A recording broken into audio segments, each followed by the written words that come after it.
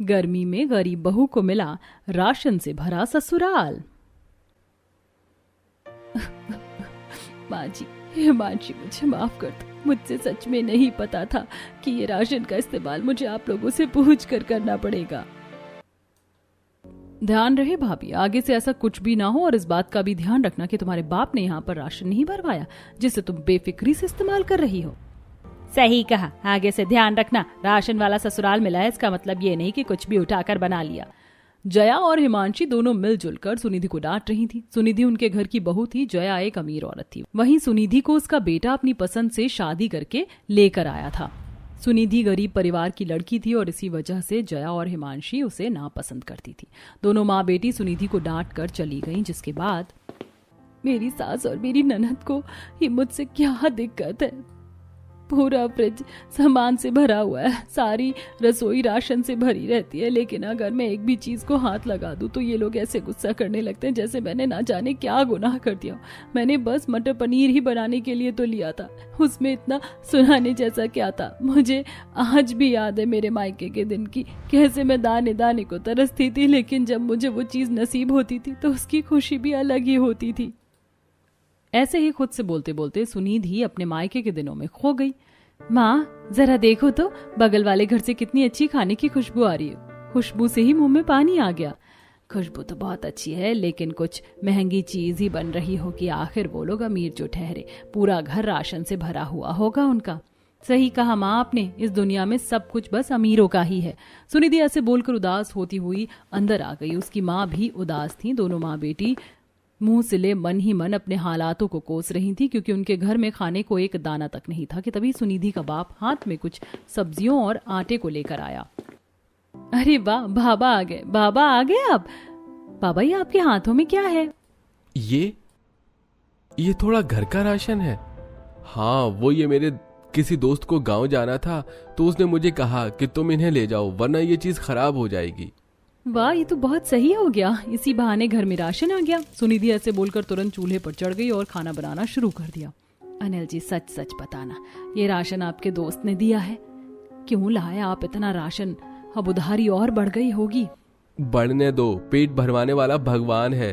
मेरी बेटी को ऐसे भूखा देखना मुझसे बर्दाश्त नहीं होता है, और कितनी चीजों को वो हमारी वजह से मारेगी ममता।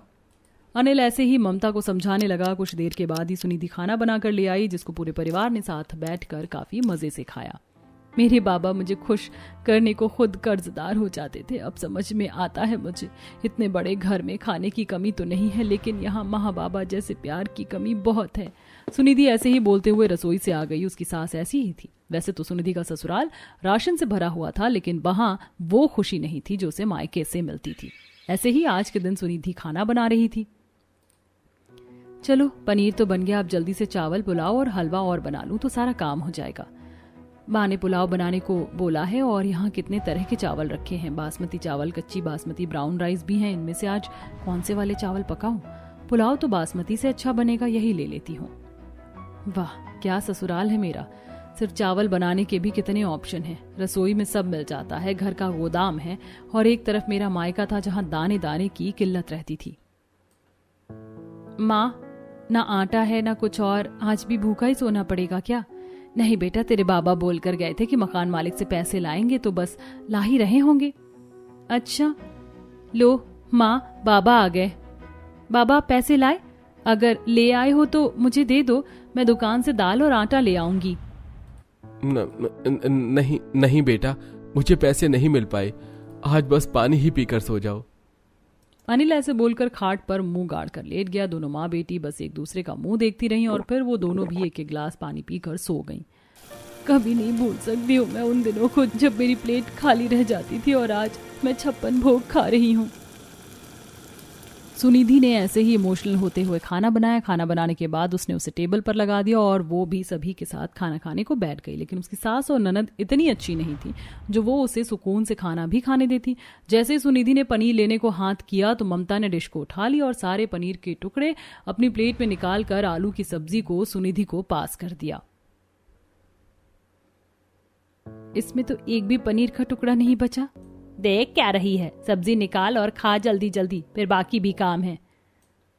माँ जी तो मुझे खाना भी ठीक से नहीं खाने देती है, जैसे तीर की सी निगाह इन्होंने मेरे ऊपर जमाई हुई है। उसे देखकर तो मैं कुछ भी नहीं खा पाऊंगी। सुनिधि को जया घूरे जा रही थी, जिसकी वजह से सुनिधि से ठीक से खाना भी नहीं खाया गया और वो आधा अधूरा ही पेट भर कर टेबल से उठ गई।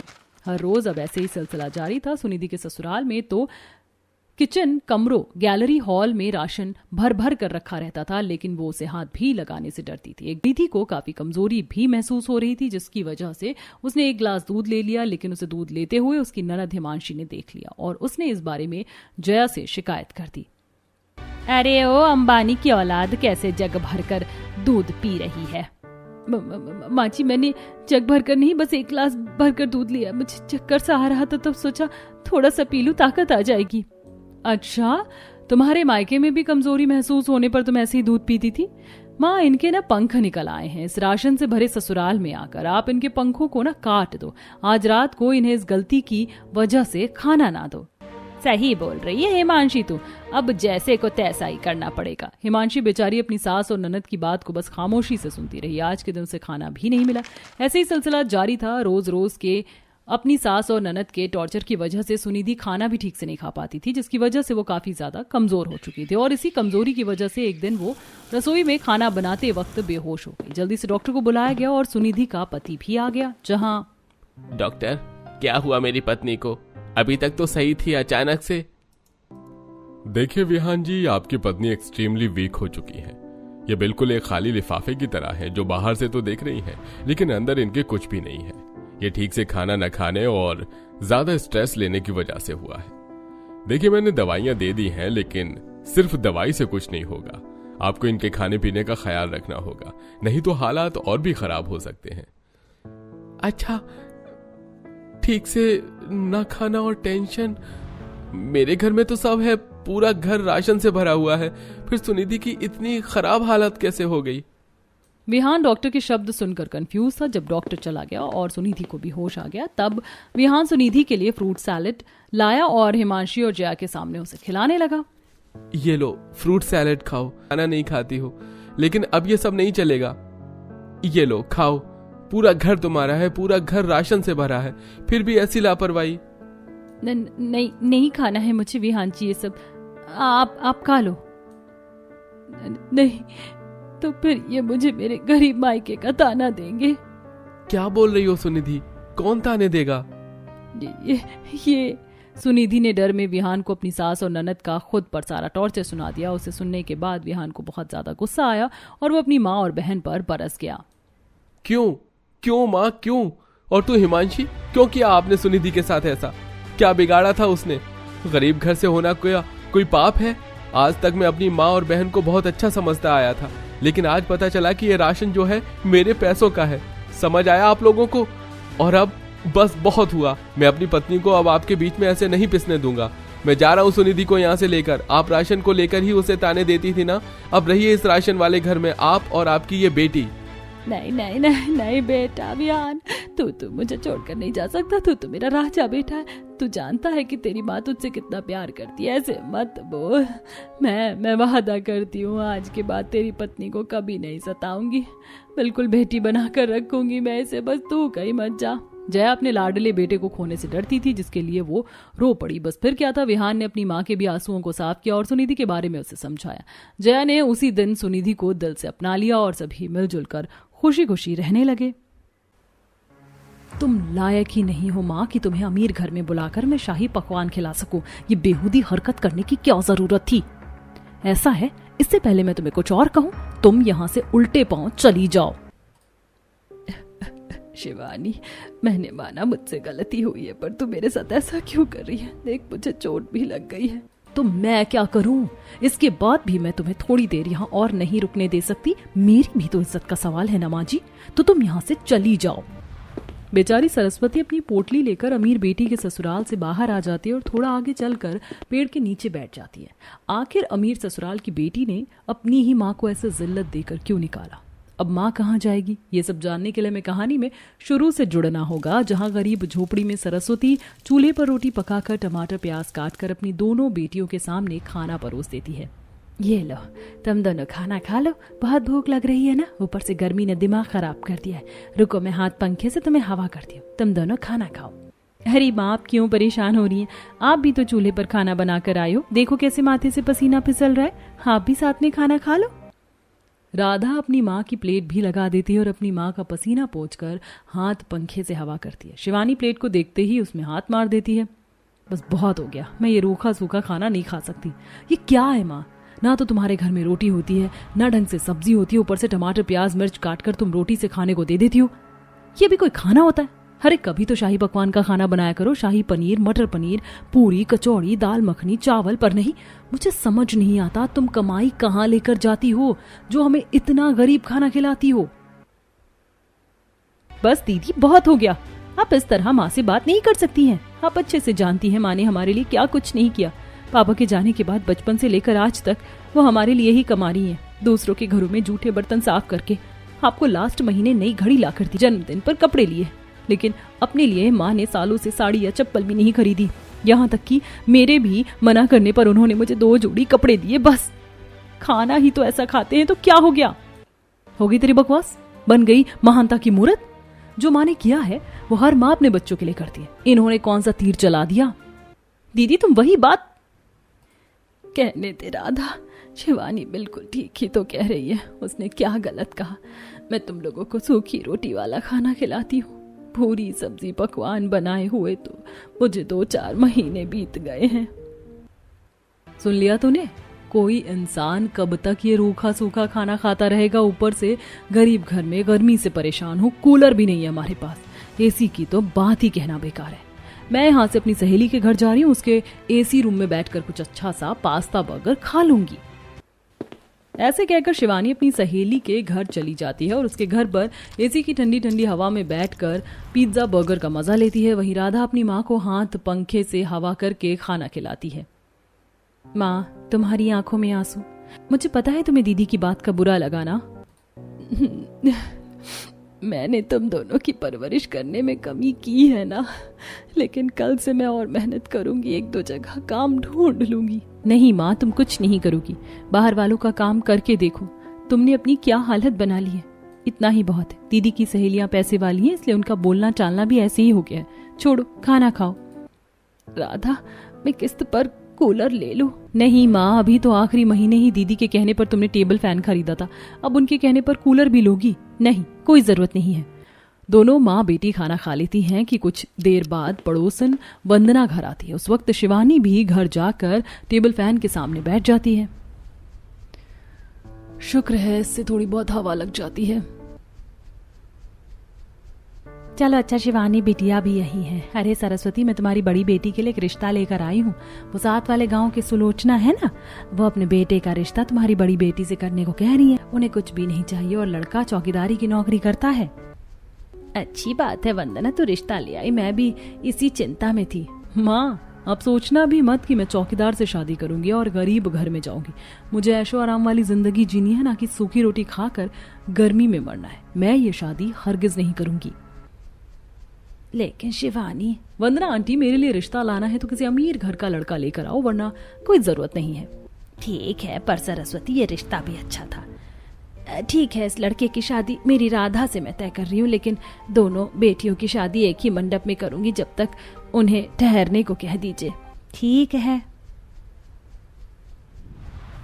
वंदना चली जाती है। कुछ ही दिनों में वो एक अमीर घर का रिश्ता शिवानी के लिए देखती है और फिर जैसे ही सरस्वती ने कहा था, 1 महीने में वो दोनों बेटियों की शादी एक ही मंडप में कर देती है। एक बेटी अमीर ससुराल तो दूसरी बेटी गरीब ससुराल जाती है, जहाँ गेंदे के फूल से सुलोचना अपनी बहू का स्वागत करती है। राधा बहू, इस छोटे से घर में तुम्हारा स्वागत है, तुम रह लोगी ना? माँ जी, मैं किसी 5 स्टार होटल से रहकर थोड़ी आ रही हूँ जो यहाँ नहीं रह पाऊंगी। ये मेरे जैसे ही घर है, आप निश्चिंत रहिए। राधा 3-4 दिनों में ही अपने ससुराल में एडजस्ट हो जाती है। हाँ, लेकिन गर्मी की तपन इतनी होती है कि रात में राधा का सोना मुश्किल हो जाता है। गर्मी के कारण मच्छर काटते हैं, दिन में चूल्हे का धुआं आंखों में लगता है, साथ ही खाना बनाते बनाते पसीने निकलते हैं, तब सांस। अरे बहू, तुझे कितनी गर्मी लग रही है?